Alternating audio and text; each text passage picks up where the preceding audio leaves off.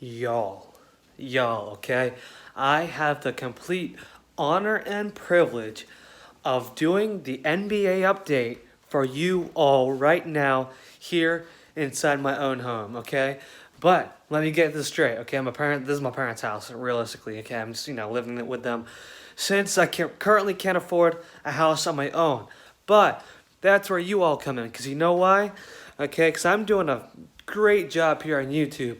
And without y'all, telling your friends and having their friends tell their friends, this won't be as much of a success. But I do want to point out that over the last week and a half, we have had over 120 views, okay, and 4 subscribers, okay. So that's good. I'm not gonna lie, that's good for doing this for a week and a half. But you know what?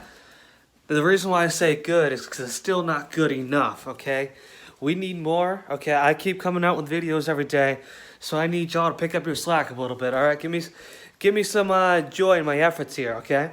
So, with that being said, I really want to use YouTube as, a way to promote myself and kind of make my dreams come true here, okay? Because I got a lot of dreams. And I feel like I'm doing a good enough job, and I can do more too, but I'm gonna keep pushing to make my dreams come true, and it all starts with you, okay? So, like 2 dream houses I plan on buying and owning, okay? Well, the first one, there's a new skyscraper over in Boston called the $1, okay? And it has a lot of condos, penthouses, and a hotel, and all that fun stuff, okay? My first dream place to own is a penthouse in that building, okay? Because it's got beautiful views. I was looking at the spaces online on their website. Looks absolutely incredible, okay? So if I don't own one of those by December of this year, okay, I need to get them something settled. Okay, I won't be the happiest person ever, but I'll still be happy.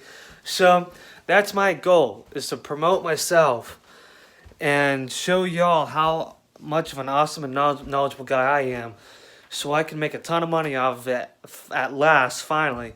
And by the end of the year, I can own that penthouse in Boston.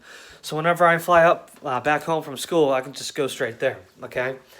The second house that I really want to own is this really huge mansion. Okay, somewhere in like kind of the more country style setting, yet still close enough to the highway and still easily accessible to places where I need to go. So that way I'm not too far off the grid. All right, I don't want to be in like Alaska, but I don't want to be in New York City either. You know what I mean? I kind of want to be in the middle, kind of like a 50-50 split sort of deal. And so that way I do have that big of a space to, host big family and friend events, like the major holidays, having everybody over, be able to cook for my family, my future wife's family, okay? We want to treat everybody well. We want to treat everybody right, okay? Because I've been very fortunate and very grateful for a lot of people doing a lot of things for me. So I feel it's my duty that I repay all of those folks. Okay, so these 2 houses that I thoroughly want will be just a stepping stone of showing that, hey, everything that you've done for me is going, to something good. All right, it's going to something more than just me. So, without further ado, I will bring you the NBA update and the current household that I'm living in right now. Okay, so the first talking point. Okay, because I have 3. I have 3 talking points that I want to cover with y'all today.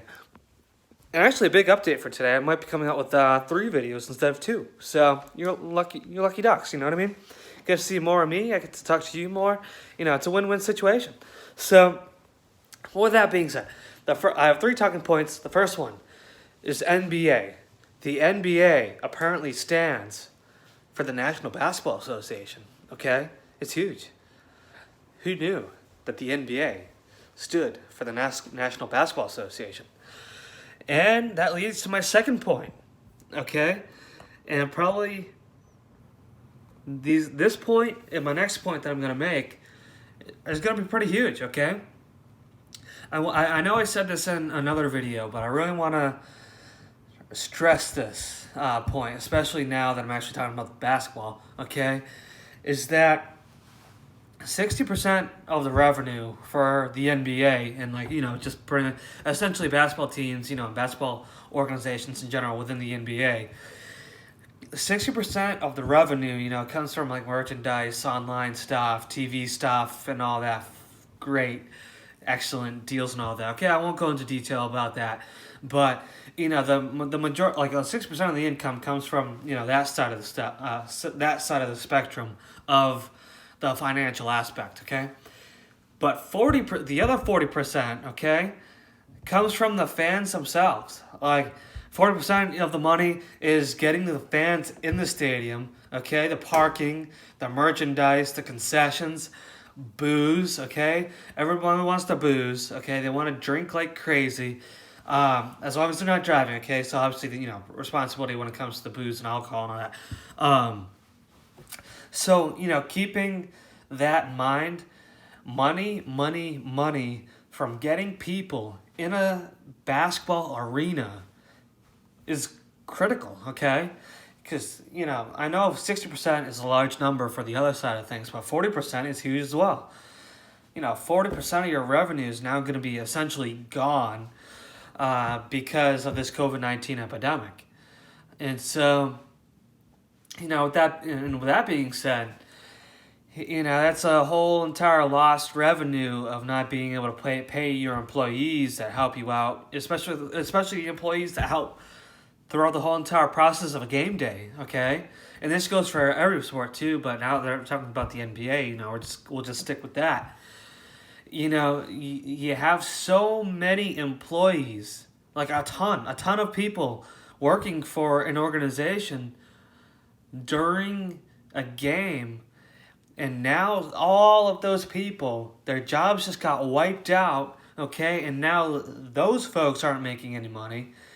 And so, because of that 40% of your revenue stream being swiped out and just completely knocked out, it's causing a lot of havoc on not only the basketball organizations, okay, but it's causing a lot of troubles for every other sports organization, no matter what kind of league they're in or whatever, okay? It's causing so many troubles for everybody across the board. And so, another point, my last point that I'll make for this basketball update today, because I know I've been talking a lot on the last few videos, and I'll definitely try to keep this somewhat brief here. So my third point is that there was just an interview that was done with Mark Cuban just within the last few days. And actually, fun fact, I was actually on a conference call myself with Mark Cuban a few weeks back. And, so if y'all don't know, Mark Cuban is the guy that's known on Shark Tank, okay? And he also is the majority owner of the Dallas Mavericks. And the CEO of the Dallas Mavericks, Cynthia Marshall, is the sports executive in residence of where I go to school down at High Point University, North Carolina. So that's a quick fun fact. But to get back to my main third point is the fact that in the interview that Mark Cuban had a few days ago,